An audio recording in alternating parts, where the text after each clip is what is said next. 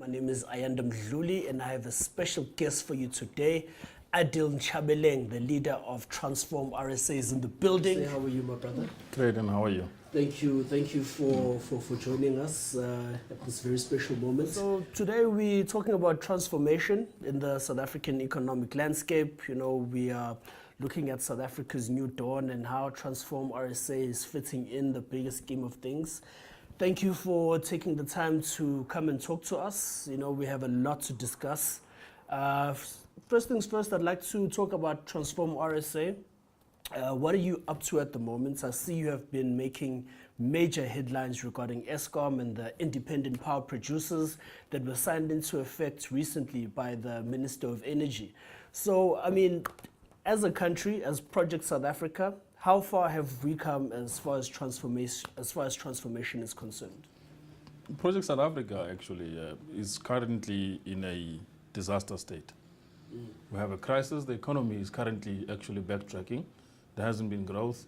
We have the crisis of the energy sector, where there isn't enough electricity being produced to actually prosper and actually run the economy the way we want it. And we're losing a lot of manufacturing capacity. Industrialization is not happening. Eskom is shutting down power stations, and there's this new 27 extra out of the 60 already existing IPPs that are being signed and have actually got into effect. The signing has happened already in April, against all odds and against every advice we gave to that department, against even a court order that said that, you know, the IPPs should not actually be considered for signing. They should wait a bit and evaluate the environment, and then only then, when they know that it actually is effective to sign, then only can they do that. And the department and Eskom, including the IPP office, just completely ignored all of these things and went ahead and did the signing. So we are sitting with a crisis. The economy is in a mess. Jobs are not created as promised. Industrialization is not happening. There is no enough electricity in the economy. Projects that are supposed to be mega build projects are not taking off, which means there's no investment directly into the economy. And the IPPs have promised 58,000 jobs. I don't know how they're going to manufacture those jobs or create them out of thin air, but the current situation is there is no way you can build a power plant which is solar-based and wind and create 58,000 jobs that are sustainable, ongoing and continuous. So it's a bit of a lie that has been created.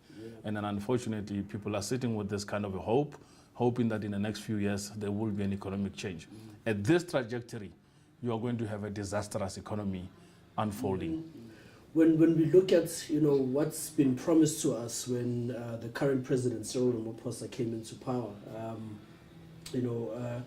is that, you know, he launched this Tumamina campaign. That's caused like a lot of what's been termed as Ramaphoria in the mainstream media. So, I mean, you know, in your view, how is Tumamina going to leave an impact, and are we going backwards or forwards as far as this is concerned? The economy is always driven on the basis of policy.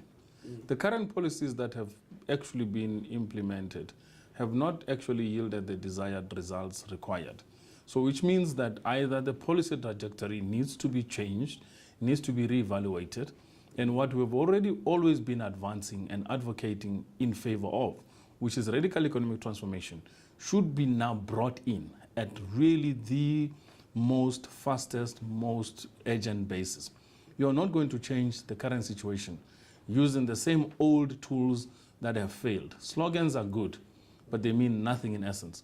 So we're looking at a situation whereby we're saying that economically, you need to start thinking from a perspective of an overall point of view to say, what does the economy need? The first thing we need in this economy for radical economic transformation to happen, one is energy. You need electricity, and you need it in abundance, you need it in huge amounts, and you need cheap electricity. That's one. You need mines to be opened, you need shafts to be functional. From the aspect of those shafts and mines to operate, you need to make sure that they can have now smelters that takes the ore, refines it and smelts it, and creates now a stage 2 level product. Out of the mine is your ore product. The second stage should be now the smelting and the refinery of the ore that has been mined. Third stage is you take it to industrialization.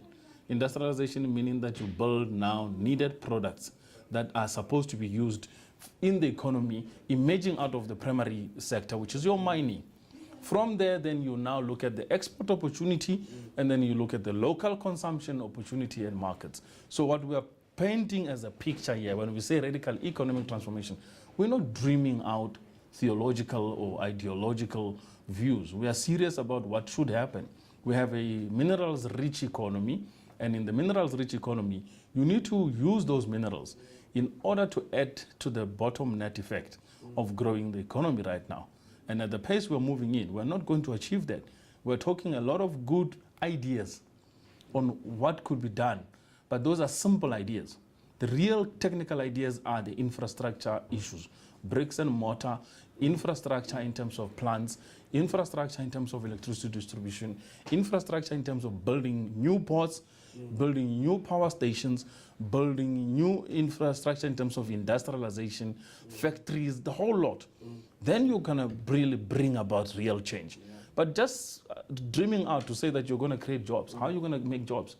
Give people, what, 2-3 weeks of installing solar IPPs in terms of independent power producers installing the solar panels, and then you call that jobs. After 3 weeks, once the product, the installation process has ended, you have people without employment. Yes, people who own IPPs will make a lot of money out of producing, being paid by Eskom, but it's not going to have a knock-on effect towards creation of jobs and industrialization in our economy as we're actually perceiving it. So I mean, obviously, with the way that you've highlighted everything, we have an issue in South Africa. In your view, what is wrong with Project South Africa, and how can we make it work? Look, TransformRSA has been a force and a movement of change in a sense that we've driven transformation on the basis of confronting real issues on face value and really going down to the real essence of what is going on. One of the very few successful movements that has gone into thematic spaces, for instance, IPPs. A while ago, nobody knew what an IPP meant. TransformRSA came in, picked up the baton, ran along and said, listen, there is a problem in our energy sector, particularly electricity generation. Eskom is facing a catastrophe if things continue at this trajectory. Department of Energy has no mandate in terms of what it's doing, in terms of just bulking up the costs unnecessarily when they are supposed to be focusing on primary energy production. And based on that, the space was taken up, and we have now brought in a huge amount of interest into the IPP space, and people are now much more conscientized and aware and understand what needs to be done in order to change and transform the society.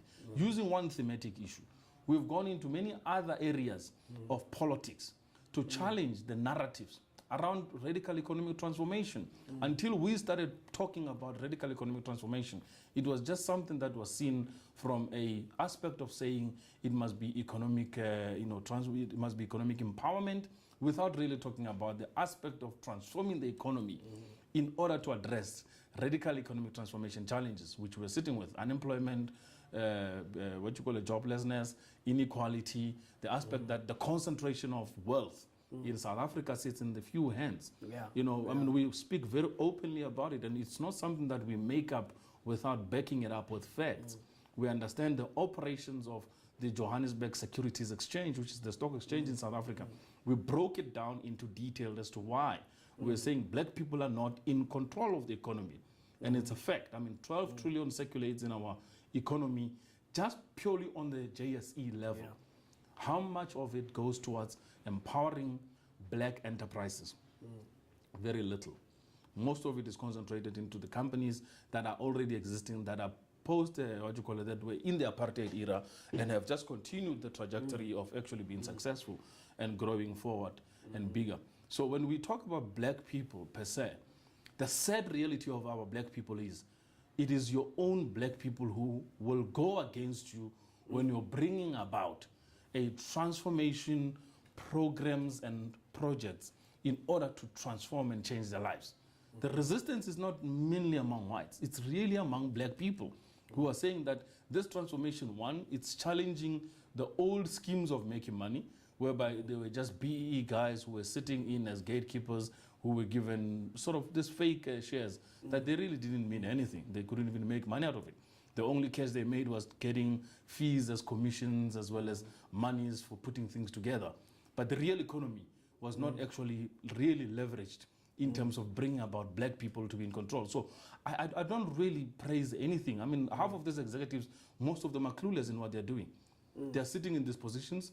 Eskom, they are sitting in the JSE companies, they are sitting on boards of major multinationals, but they don't have power.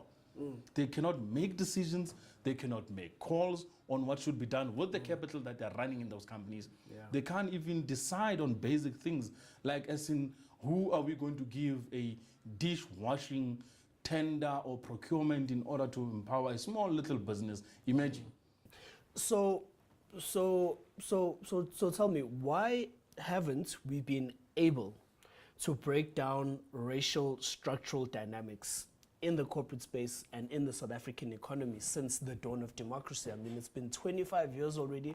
We're still contending with the same issues that we're contending with. Why haven't we been able to break down these racial structural dynamics that are based on white supremacy at their foundation? There's a very interesting idea of nations are built around people who sacrifice the best part of their life. For instance, we have Utata Madiba Mandela. He's our liberation icon, struggle-based. And then we have the others that came with a political contribution, who are the liberation struggle, stalwarts, veterans, and etc.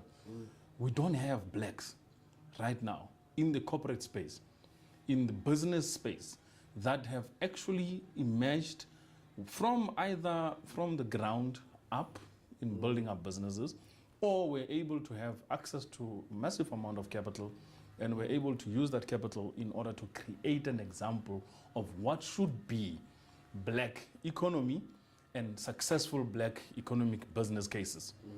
Right now you have people who are rented. So there is nothing that they can use in their leverage in order to create what we are aspiring towards. Let's see black examples. Motsepe himself, one of the most successful black people, has a company that is currently still partnering in all of its operation with the Anglo-Americans of the world, which means the key decision making, the operations are not still lies with multinationals. And you have another business opportunities that are emerging currently, from instance, our current president, which is Cyril Ramaphosa, who has business dealings as well as business partnerships with multinationals again, the McDonald's of the world, the Glencore of the world in terms of the coal industry, and now has gone into the renewable space through other vehicles and models. So there is really no black example of real successful black business leadership. So in your view, just going on to the Eskom board, what is it that needs to change? Should it be scrapped? Should it be reconstituted? Should it be scrutinized? And, if that's the case, what sort of channels should be used to ensure that the board is reconstituted? Look, the board anyway has to be reconstituted. It was not legally following even corporate processes of good governance and everything. There was no process followed. There was no due process. Yeah. The advertising for actually selection and putting up board members closed on the day on a Friday. New board members were announced on a Saturday morning before 11 o'clock. Where was the time to go through the entire process of actually ensuring that people who were nominated, who actually responded to the advertising of board member participation, were actually vetted? Where was the committees that sat to do the proper evaluation, the interviewing processes? Where was the proper actually vetting of individuals, of who is going to be part of what, how? And if those people do have the criteria and required qualification whatsoever, should actually be looked into. So the discrepancies that led up to the appointment or so-called announcement, because there was no appointment really. The parliament was not involved in any of the process. There was an announcement. At the time, current President Cyril Ramaphosa was the deputy president. And they pushed in for the announcement of the new board on a Saturday. And it happened. The list of people were just released to say these are people who are going to sit on the board. And even TransformRSA, we questioned that whole process. We actually engaged one Eskom previous chair. We engaged the new incoming illegal board, and we went through the executives, and none of the Eskom, staff and whatever could actually even respond to any of the, issues that we've raised. So there is quite a mess right now in Eskom. The appointment of the board was completely irregular. There was no due process followed. There was no process with regards to vetting. There was no process with regards to literally giving opportunities to people who had made actually submissions and were nominated onto to become part of the new board were actually taken into consideration. Parliament did not even satisfy itself in terms of ensuring that these are the people. Neither did the Eskom process itself, nor the Department of Energy and whether it's public enterprise, all of it.